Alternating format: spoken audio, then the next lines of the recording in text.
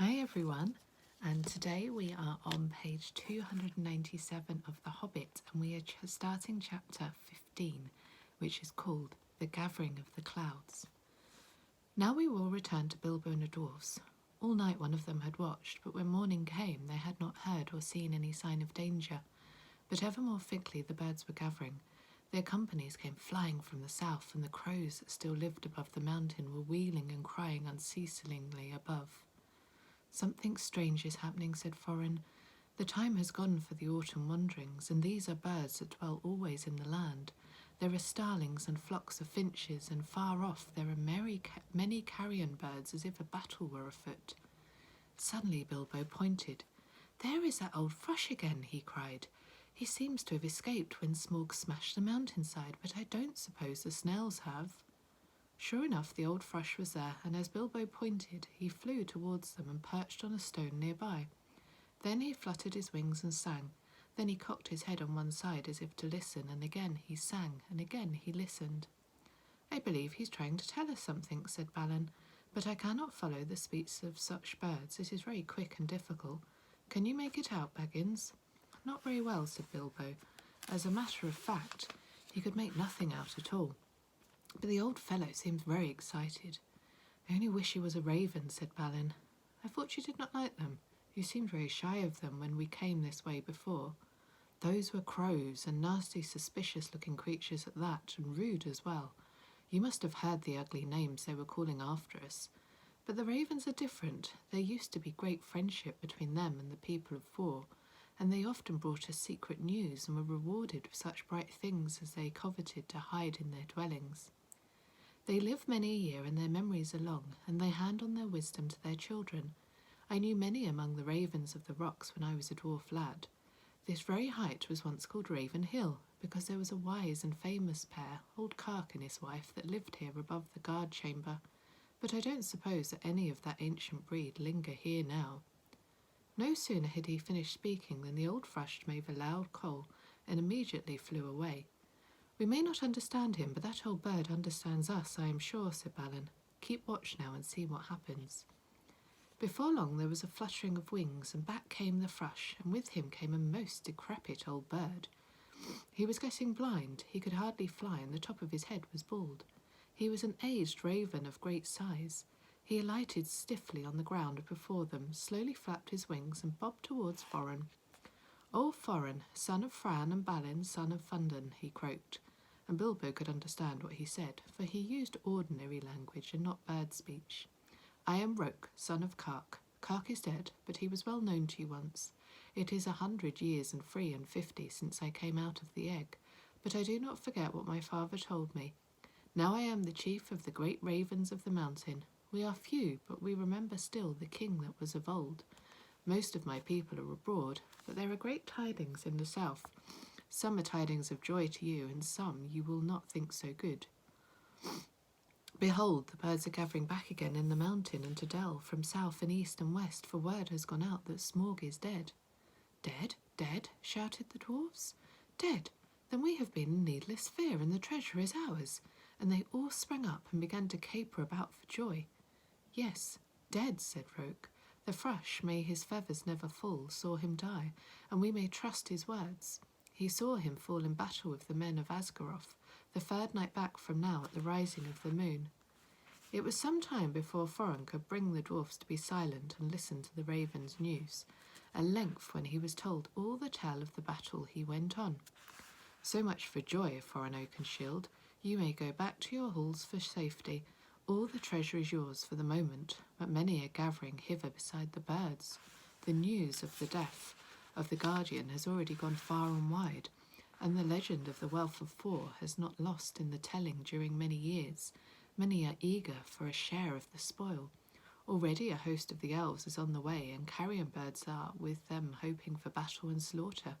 But the lake men murmur that their sorrows are due to the dwarfs, for they are homeless and many have died, and Smaug has destroyed their town. They too think to find amends from your treasure, whether you are alive or dead.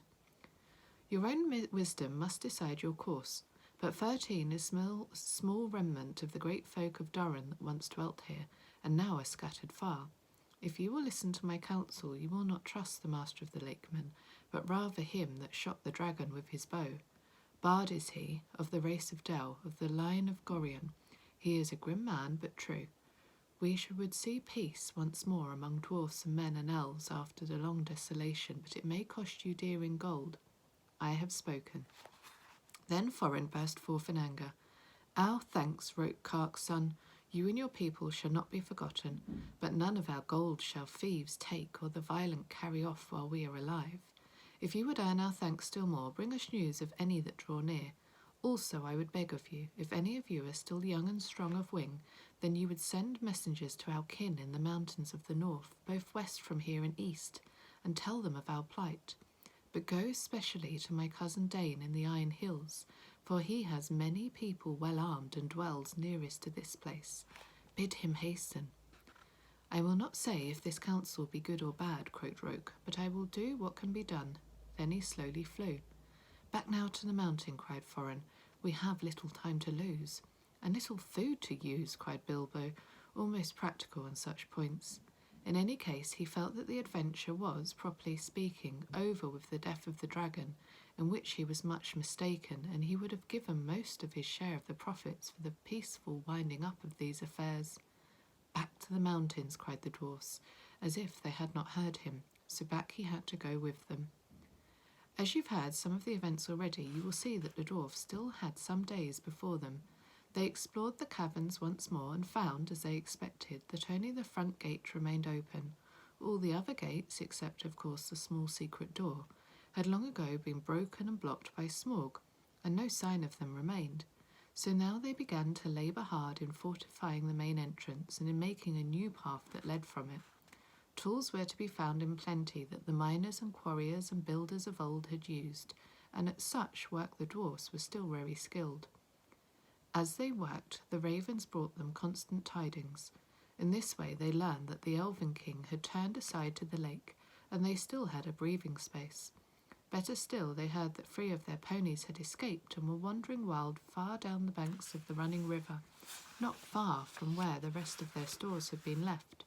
So while the others went on with their work, Philly and Killy were sent, guided by a raven, to find the ponies and bring back all they could. They were 4 days gone, and by that time they knew that the joined armies of the Lakemen and the Elves were hurrying towards the mountain. But now their hopes were higher, for they had food for some weeks with care, chiefly cram, of course, and they were very tired of it. But cram is much better than nothing, and already the gate was blocked with a wall of squared stones laid dry, but very thick and high across the opening. There were holes in the wall through which they could see or shoot, but no entrance. They climbed in and out with ladders and hauled stuff up with ropes. For the issuing of the stream they had contrived a small low arch under the new wall, but near the entrance they had so altered the narrow bed that a wide pool stretched from the mountain wall to the head of the fall over which the stream went towards Dell. Approaching to the gate was now only possible without swimming, along a narrow ledge of the cliff to the right as one looked outwards from the wall. The ponies they had brought only to the head of the steps above the old bridge, and unloading them there had bidden them return to their masters and sent them back riderless to the south. There came a night when suddenly there were many lights as of fires and torches away south in Dell before them. They have come, said Balin, and their camp is very great. They must have come into the valley under the cover of dusk, along both banks of the river. That night the dwarfs slept little. The morning was still pale when they saw a company approaching. From behind their wall they watched them come up to the valley's head and climb slowly up. Before long they could see that both men of the lake armed as if for war and elvish bowmen were among them. At length the foremost of these climbed the tumbled rocks and appeared at the top of the falls, and very great was their surprise to see the pool before them and the gate blocked with a wall of new-hewn stone. As they stood pointing and speaking to one another, Forin held them. Who are you, he called out in a very loud voice, that come as if in war to the gates of Forin, son of Fran, king under the mountain, and what do you desire? But they answered nothing. Some turned swiftly back, and the others, after gazing for a while at the gate and its defences, soon followed them.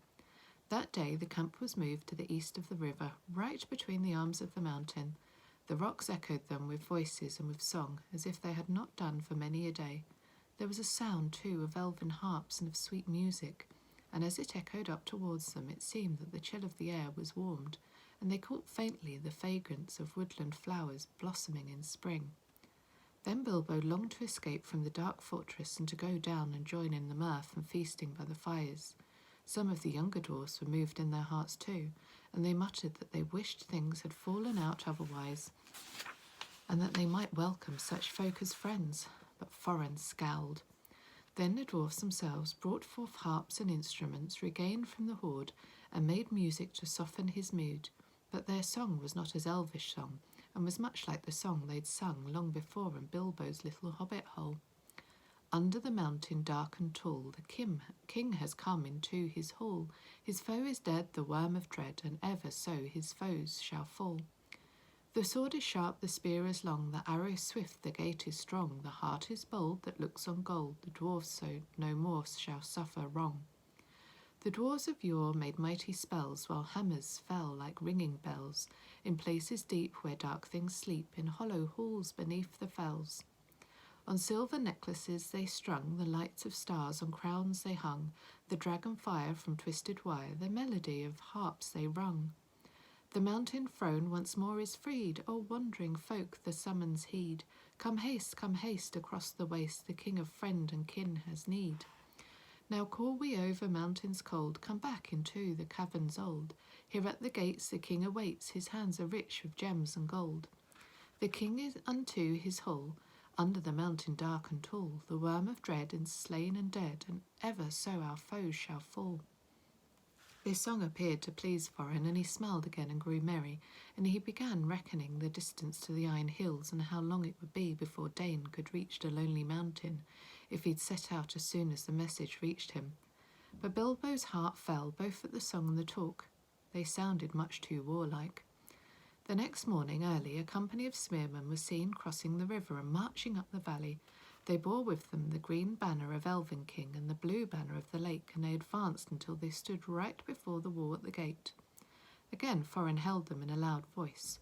Who are you that come armed for war to the gates of Thorin, son of Fran, king under the mountain? This time he was answered.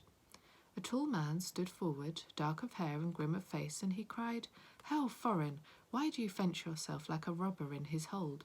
We are not yet foes, and we rejoice that you are alive beyond our hope. We came expecting to find none living here, yet now that we are met, there is matter for a parley and a council. Who are you, and of what would you parley? I am Bard, and by my hand was the dragon slayed and your treasure delivered.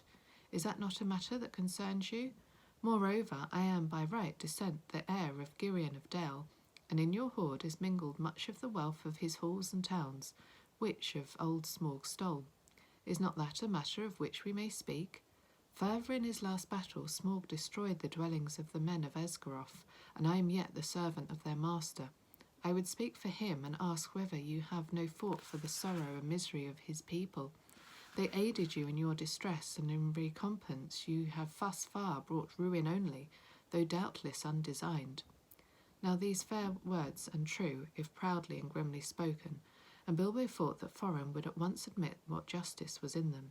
He did not, of course, expect that anyone would remember that it was he who discovered all by himself the dragon's weak spot, and that was just as well, for no one ever did. But also he did not reckon with the power that gold was upon which a dragon has long brooded, nor with dwarvish hearts. Long hours in the past days Thorin had spent in the treasury, and the lust of it was heavy on him.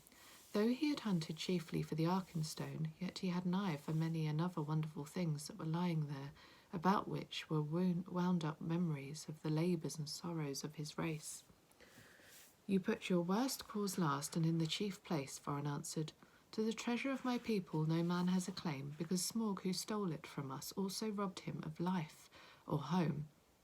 The treasure was not his, that his evil deeds should be amended of a share of it. The price of the goods and the assistance that we received of the Lakemen we will fairly pay in due time, but nothing will we give, not even a loaf's worth, under threat or force. While an armed host lies before our doors, we look on you as foes and thieves. It is in my mind to ask what share of their inheritance you would have paid to our kindred had you found the hoard unguarded and us slain. A just question, replied Bard, but you are not dead, and we are not robbers. Moreover, the wealthy may have pity beyond right on the needy that befriended them when they were in want, and still my other claims remain unanswered. I will not parley, as I have said, with armed men at my gate, nor at all with the people of the Elven King, whom I remember with small kindness. In this debate they have no place. Be on now ere our arrows fly, and we would speak with me again. First dismiss the elvish host to the woods, where it belongs, and then return, laying down your arms before you approach the threshold. The Elven King is my friend, and he has secured the people of the lake in their need, though they had no claim but friendship on him, answered Bard. We will give you time to repent your words. Gather your wisdom ere we return. Then he departed and went back to the camp. Ere many hours were past, the banner-bearers returned, and trumpeters stood forth and blew a blast. In the name of Asgaroth and the forest, one cried, we speak unto foreign Fran's son, Oakenshield, calling himself the king under the mountain, and we bid him consider well the claims that have been urged, or be declared our foe. At the least he shall deliver 1/12 portion of the treasure unto Bard, as the dragon slayer, and as the heir of Girion. From that portion Bard will himself contribute to the aid of Asgaroth. But if Forum would have the friendship and honour of the lands about, as his sires had of old, then he will give also somewhat of his own for the comfort of the men of the lake. Then Forin seized a bow of horn and shot an arrow at the speaker. It smote into his shield and stuck there quivering. Since such is your answer, he called in return, I declare the mountain besieged. You shall not depart from it until you call on your side for a truce and a parley. We will bear no weapons against you, but we leave you to your gold. You may eat that if you will. With that the messengers departed swiftly, and the dwarfs were left to consider their case. So grim had Forin become that even if they had wished, the others would not have dared to find fault with him, but indeed most of them seemed to share his mind, except perhaps old fat Bomber and Filly and Killy. Bilbo, of course, disapproved of the whole turn of affairs. He had by now had more than enough of the mountain, and being besieged inside it was not at all to his taste. The whole place still stinks of dragon, he grumbled to himself, and it makes me sick, and cram is beginning simply to stick in my throat. And that's the end of that chapter, and we have passed over 300 pages. We're finishing on page 308. So we will come back to this tomorrow, and we will see what happens next. Bye!